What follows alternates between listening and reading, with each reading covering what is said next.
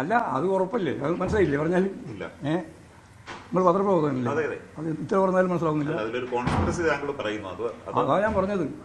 അദ്ദേഹത്തിൻ്റെ phone call മനസ്സിലാക്കുന്നതോടുകൂടി ആരൊക്കെയായിട്ട് ബന്ധപ്പെട്ടിട്ടാണ് ഈ സംഭവം നടന്നിട്ടുള്ളത് എന്നുള്ളതിനെ പകൽ വെളിച്ചം പോലെ മനസ്സിലാവൂലേ? അത് നിങ്ങൾക്ക് മനസ്സിലാവാതെ എന്താ? അല്ല, ഞാൻ ഉദ്ദേശിച്ചത് നിങ്ങൾ ഉദ്ദേശിച്ചത് എന്താ? ഈ ഫോണിൽ അദ്ദേഹം പല കോൺഗ്രസ് നേതാക്കളെയും ബന്ധപ്പെട്ടിട്ടുണ്ടാകും എന്നല്ലേ? അങ്ങനെയാണ് നിങ്ങൾ ധരിക്കുന്നത്? അങ്ങനെ ധരിക്കുന്നു എന്ന് ഞാൻ പറയണം?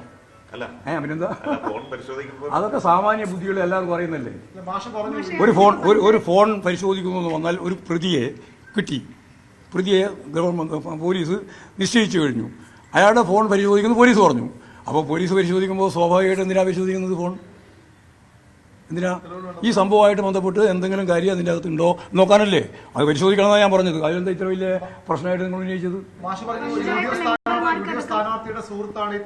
അതെ, പഞ്ചായത്ത് മെമ്പറും വൈസ് പ്രസിഡന്റ് ഉൾപ്പെടെ അയാളുടെ വാർഡായി എന്നത് ഞാൻ പറഞ്ഞിട്ടില്ല. വെറുതെ ആവശ്യമില്ലാതെ പറയണ്ട. ഞാൻ ഇതെല്ലാം പരിശോധിക്കണമെന്നാണ് പറയുന്നത്. ഞങ്ങൾ ഇതിൻ്റെ അകത്ത് ഒരു അവസരം കിട്ടിയതുപോലെയുള്ള നിലപാട് സ്വീകരിക്കല്ല ചെയ്യുന്നത്. എന്തും ചെയ്യാൻ മടിയില്ലാത്ത സെറ്റാണ്. എന്തും ചെയ്യും. ഇനിയും ദിവസം അത്രയേ ഉള്ളൂ, 5-10 ദിവസമില്ല. എന്തും ചെയ്യും. ആ ചെയ്യുന്നതിൻ്റെ പട്ടികയിൽ ഇതും കൂടി എങ്ങനെ വരും എന്നുള്ളതാണ് പരിശോധിക്കേണ്ടത്.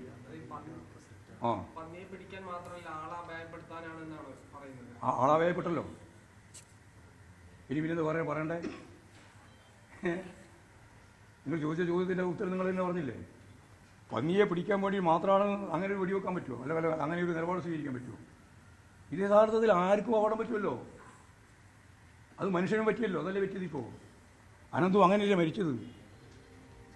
അപ്പോൾ ഇതുപോലുള്ള ക്രൂരമായ കുറ്റകൃത്യം തൻ്റെ വാർഡിൽ തന്നെയാണ് നടക്കുന്നത് എന്ന് കൃത്യമായിട്ട് മനസ്സിലായിട്ടും അതിൻ്റെ തുടർച്ചയുണ്ട് എന്ന് മനസ്സിലായിട്ടും ഇപ്പോൾ 24-ലാണ് ഞാൻ കണ്ടത്. അതിൻ്റെ വേണ്ടി വരുന്ന ഇനി അങ്ങോട്ടുള്ള പ്രധാനപ്പെട്ട സാധനങ്ങളൊക്കെ അവിടെ സൂക്ഷിച്ച് വെച്ചിട്ടുണ്ട്. കണ്ടില്ലേ? ഞാൻ കണ്ടു. ഈ കണ്ടില്ലെങ്കിൽ നിങ്ങൾ വേറെ ആരും ഞാൻ കണ്ടില്ല. 24 അത് കണ്ടു ഞാൻ.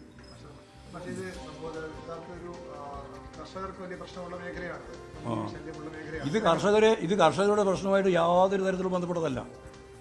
ഇത് കർഷകരുടെ പ്രശ്നവുമായി ബന്ധപ്പെട്ടതേ അല്ല, ഫേസിങ്ങുമായി ബന്ധപ്പെട്ടതേ അല്ല. ഇത് കട്ട് വൈദ്യുതി എടുത്ത് അപകടം ഉണ്ടാക്കാൻ വേണ്ടിയിട്ടുള്ള ബോധപൂർവമായ പ്രവർത്തനം നടത്തിയിട്ടുള്ളതാണ്. അത് പന്നീനെ പിടിക്കാനായിരിക്കും അവർ പറയുന്നത്. പന്നീനെ പിടിക്കുമ്പോൾ തന്നെയല്ലേ മനുഷ്യനെ പിടിച്ചത്.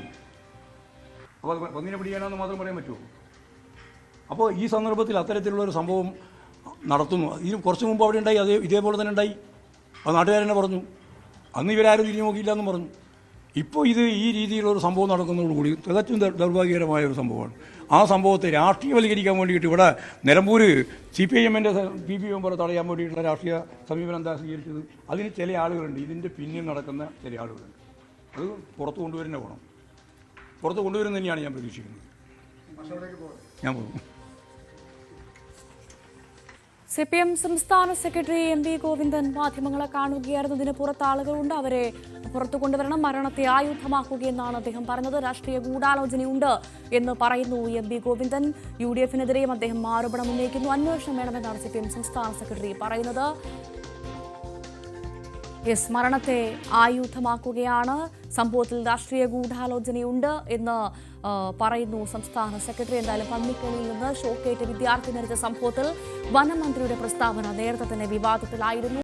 വിഷയത്തിൽ രാഷ്ട്രീയ ഗൂഢാലോചനയെന്ന് മന്ത്രി സംശയിക്കുന്നു. അതേ സംശയം തന്നെയാണ് ഇപ്പോൾ സംസ്ഥാന സെക്രട്ടറി ഉന്നയിക്കുന്നത്. വിഷയത്തിൽ ഗൂഢാലോചനയുണ്ട് എന്ന് പറയുന്നു. മരണത്തെ ആയുധമാക്കുകയാണ് എന്നാണ് MV ഗോവിന്ദൻ പറയുന്നത്.